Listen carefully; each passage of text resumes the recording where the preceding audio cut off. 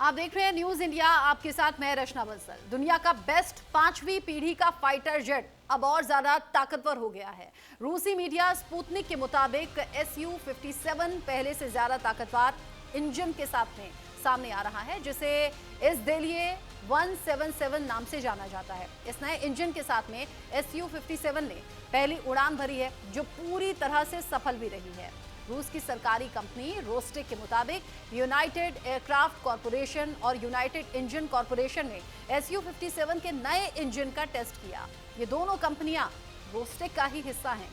इस नए इनोवेशन से Su-57, जो पहले से दुनिया का सबसे ताकतवर फाइटर जेट था, उसकी ताकत और ज्यादा बढ़ गई है। इस नए इंजन वाले Su-57 के साथ में रूस के पायलट रोमन कोंद्राटेव ने उड़ान भी भरी। आपको बता दें कि Su-57 एक मल्टी रोल फ्रंट लाइन लड़ाकू विमान है, जिसे हवा, जमीन और समुद्र तीनों तरह के लक्ष्यों पर हमला करने के लिए डिजाइन किया गया है। ये विमान दिन रात, खराब मौसम और इलेक्ट्रॉनिक जैमिंग जैसी कठिन परिस्थितियों में भी ऑपरेशन कर सकता है। इसकी स्टेल्थ डिजाइन इसे आधुनिक एयर डिफेंस सिस्टम की मौजूदगी में भी दुश्मन के ठिकानों पर हमला करने में सक्षम बनाती है। इसीलिए इस विमान को दुनिया का सबसे घातक विमान माना जाता है। रूसी विमान पर भारत की भी नजर है। हालांकि अभी कोई बातचीत फाइनल नहीं हो पाई है। इसकी सबसे बड़ी वजहों में से एक रूस का जंग में होना है। इसके अलावा इंटरनेशनल प्रेशर भी है, इसीलिए भारत अभी कोई बड़ी डील फाइनल करने के मूड में नहीं है। रूस ने भारत को दुनिया का सबसे बेस्ट ऑफर दिया था, जो फिलहाल रक्षा मंत्रालय की फाइलों में है। हालांकि भारत ने अभी तक किसी सौदे को न तो हाँ कहा है और ना ही मना किया है। लेकिन जिस तरीके से Su-57 की ताकत और आधुनिकता पर बात हो रही है, साथ ही पहले से ज्यादा ताकतवर इंजन के साथ, जब और ज्यादा ताकत के साथ Su-57 सामने आ रहा है, तो लग रहा है कि भारत को भी इस ताकत की जरूरत होनी चाहिए। Su-57 पर कोई बात होनी चाहिए। लेकिन फिलहाल की जो चीजें हैं, रूस यूक्रेन का युद्ध कह लीजिए, या फिर जो इंटरनेशनल प्रेशर है, कभी उधर से डोनाल्ड ट्रंप अलग तरह की बातें करते हैं, या फिर वो रूस से नजदीकियों को लेकर कई बार सवाल कर देते हैं, या फिर अलग तरीके की टैक्टिक्स हैं, या फिर टैरिफ का बोझ है जो डालने की कोशिश करते हैं। ऐसे में Su-57 हमारी सेना की जरूरत तो है, लेकिन इस पर अभी बातचीत होने में टाइम है। किसी तरह की कोई डील हुई नहीं है। भारत क्या Su-57 खरीदेगा, ये सवाल भी है। रूसी विमान भारत चाहता है, लेकिन डील अभी तक कोई फाइनल नहीं हो पाई है। अलग अलग जो डिफेंस डील हैं उसको लेकर बात चल रही है, लेकिन फाइनल दौर में अभी नहीं है। रूस यूक्रेन जंग की वजह से फिलहाल ये डिले हो रहा है, या फिर ये कहिए रूस से इस बारे में सीधे तौर पर कोई बातचीत एज सच फाइनल मोड पर नहीं है। इंटरनेशनल प्रेशर भी इसमें एक बड़ी वजह है, जिससे डील पर बात नहीं बन पाई है। लेकिन भारत के लिए Su-57 कितना ज्यादा जरूरी है और किस तरीके से, अगर ये इन फ्यूचर हमारी वायुसेना का हिस्सा होता है, तो किस तरीके से ताकत बढ़ेगी, इस पर बात करेंगे। मेरे साथ में खास मेहमान जुड़ गए हैं। मेजर जनरल रिटायर्ड AJB जैनी जी मेरे साथ में जुड़ गए हैं डिफेंस एक्सपर्ट के तौर पर। OP तिवारी जी मेरे साथ में जुड़ गए हैं पूर्व IAF अधिकारी के तौर पर। आप दोनों का ही बहुत स्वागत न्यूज इंडिया पर। सबसे पहले OP तिवारी जी, आप ही का रुख कर लेती हूँ। Su-57 जो पहले से ही कहीं ज्यादा ताकतवर और अब ये मजबूत इंजन के साथ में भी भारत के लिए कितना ज्यादा जरूरी है, और इन फ्यूचर आप देख रहे हैं किस तरह की डील हो सकती है क्या? अभी तो अलग अलग वजहों से ये डील अभी अधर में है। ऐसा है कि फिलहाल फिलहाल भारत की रिक्वायरमेंट है निश्चित रूप से। लेकिन हम कितने स्कॉन खरीदेंगे, किस स्केल पर खरीदेंगे?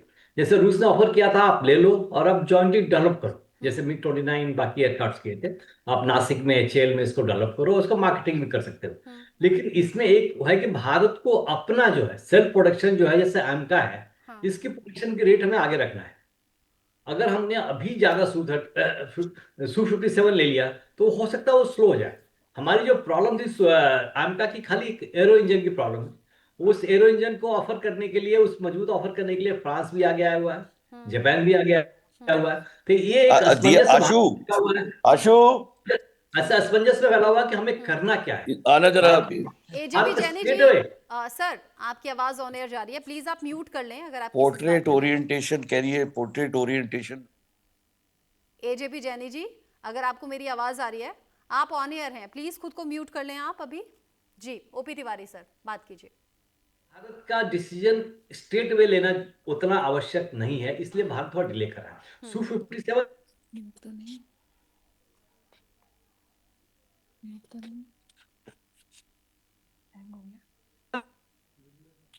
तिवारी बहुत सर, अच्छा हाँ, जहाज है। ओपी तिवारी सर, शायद कोई नेटवर्क इशू सी है। दो आपकी जहाज है आवाज ना थोड़ा इस सा, लेवल, इन दोनों की खासियत हाँ अलग अलग है। हाँ एक हाँ, दोनों टू मैक की स्पीड अचीव कर सकता है, जी दैट इज वन ये कैपेबिलिटी। लाइव दूसरी ऑन था कैपेबिलिटी है बस। कि बहुत ही एजाइल है, जी, तीनों एक्सेस में, क्या हो रहा है? पिच रो और तीनों में ये आसानी से मूव कर सकता है। जूम न्यूज प्लस इनके इंडिया इंटरनल जो पेलोड है नहीं, वो ले कैरी करने की क्षमता ज्यादा है। खाली थोड़ी कमियां स्क्रीन को अवश्य है कि स्टेल्थ बड़ा क्वालिटी कर जो है लीजिए। उतनी अच्छी नहीं हाँ, है जो स्क्रीन को बड़ा कर F-35 लीजिए। राफेल से भी खुश है, क्योंकि राफेल जो 5th जनरेशन नहीं है, 4.5 क्या? जनरेशन है, उसमें स्टेल्थ नहीं है। बाकी राफेल में जब जैसे इस तरीके चल रहा, हमारा एआई इनकॉर्पोरेटेड, हमारे अब सेंसर्स चलिए। हैं और हमारे इक्विपमेंट्स है, वो लोडेड है, अच्छी तरह लोडेड है। तो ये चल रहा है कि अभी जैसे भारत ने कुछ टाइम किए हैं, करीब 2 स्क्वाड लिए हैं मैरीटाइम ऑपरेशंस के लिए। तो अगर राफेल खरीदता है, और भारत को 3 स्क्वाड की आवश्यकता है, अगर राफेल खरीदता है तो भारत के लिए कुछ रिक्वायरमेंट कुछ पूरी हो जाएगी कुछ समय तक। प्लस अमेरिका का जो प्रोजेक्ट है तेजी से चलता रहेगा।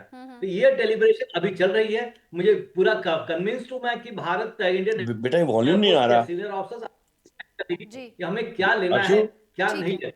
ठीक है, लेकिन ये मैं कहना वॉल्यूम। चाहूंगा, भारत की रिक्वायरमेंट के अनुसार सू 57 F-35 अमेरिकन जहाज से बहुत बढ़िया है और हमारी रिक्वायरमेंट मीट करेगा। एंड हम आज से आगे बढ़ते रहेंगे। अगर दूसरी बात एक और बीच में आ सकती है, वो इंजन की। हाँ, जैसे ये एरो इंजन जो पावरफुल इंजन बनाया है और इंजन की भी टेक्नोलॉजी आसानी से दे दे, तो हो सकता है वो आमका में हम इनको इंटरफेस कर सके।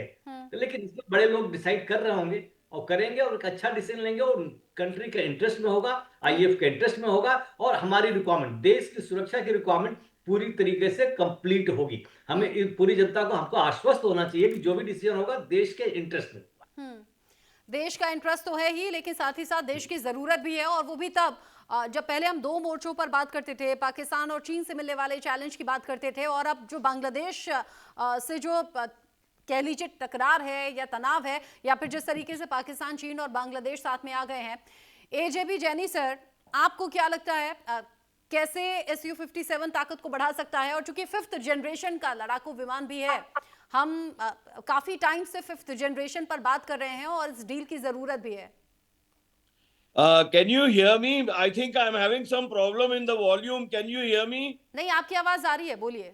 Okay, okay. Thank you for inviting me on your channel. आप पहले तो मैं आपको मुबारकबाद देना चाहता हूं कि आपने इतना अच्छा और इतना अहम मुद्दा जो है आज उठाया है, क्योंकि हमको SU-57 या उसी किस्म का मल्टी रोल फाइटर एयरक्राफ्ट बहुत बहुत जरूरी और जल्दी चाहिए। देखिए, हालत आज ये है इंडियन एयरफोर्स की, और मैं कोई सीक्रेट डाइवर्ज नहीं कर रहा हूं, ये पब्लिक डोमेन की इंफॉर्मेशन है, और ओपी तिवारी साहब जानते होंगे इस बात को, वो मेरे से सहमत होंगे। हमारी जो ऑथराइज स्ट्रेंथ है 42 स्क्वाड्रंस की है। 42 स्क्वाड्रन से गिरते गिरते 39, 35, 32, अब हम शायद 29 या 30 स्क्वाड्रंस पर आ गए हैं। तो जो हमारी लीड थी पाकिस्तान के ऊपर, कन्वेंशनल सुपीरियोरिटी जो थी, वो अभी इक्वल से होके शायद पाकिस्तान से कम भी हो गई है। तो अभी मौजूदा हालत में थ्रेट परसेप्शन को देखते हुए चाइना, पाकिस्तान, बांग्लादेश, आसपास के जितने भी हमारे पोटेंशियल एडवर्सरीज हो बन रहे हैं, आप देखेंगे कि हमको अपनी एयरफोर्स बहुत जल्दी और बहुत ही आधुनिक बनानी है। तो इसलिए ये दो चॉइसेस थी हमारे गवर्नमेंट के सामने, या तो SU-57 हम रशिया से खरीदें या फैल्कन सीरीज का F-35 अमेरिका से खरीदें। दोनों ही एयरक्राफ्ट बराबर के चोट के हैं, लेकिन SU-57 जो है वो बढ़ोतरी पाता है, वो उसका पलड़ा भारी पड़ता है, इसलिए क्योंकि एक तो वो सस्ता है थोड़ा, वो डील अमेरिका रशिया के साथ डील करना ज्यादा आसान है बजाय कि अमेरिका से डील करना, क्योंकि रीजन आप जानते हैं कि अमेरिका में आजकल अनसर्टेनिटीज इतनी चल रही हैं। जो हमको जो एडवांस ट्रेनर जेट के इंजन आने थे वही अमेरिका से अभी तक नहीं आए हैं, तो वो F-37 कहां से देंगे? दूसरा, SU-57 का रशिया ने बोला है कि हम मेक इन इंडिया कर देंगे, हम टेक्नोलॉजी ट्रांसफर कर देंगे।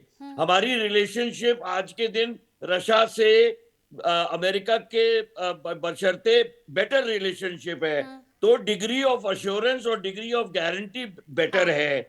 ऑपरेशनल पैरामीटर्स भी मैं सुनता हूं, हालांकि तिवारी साहब ज्यादा बता पाएंगे बीइंग फ्रॉम एयरफोर्स, इसकी ऑपरेशनल पैरामीटर्स जो है they are better than F-37।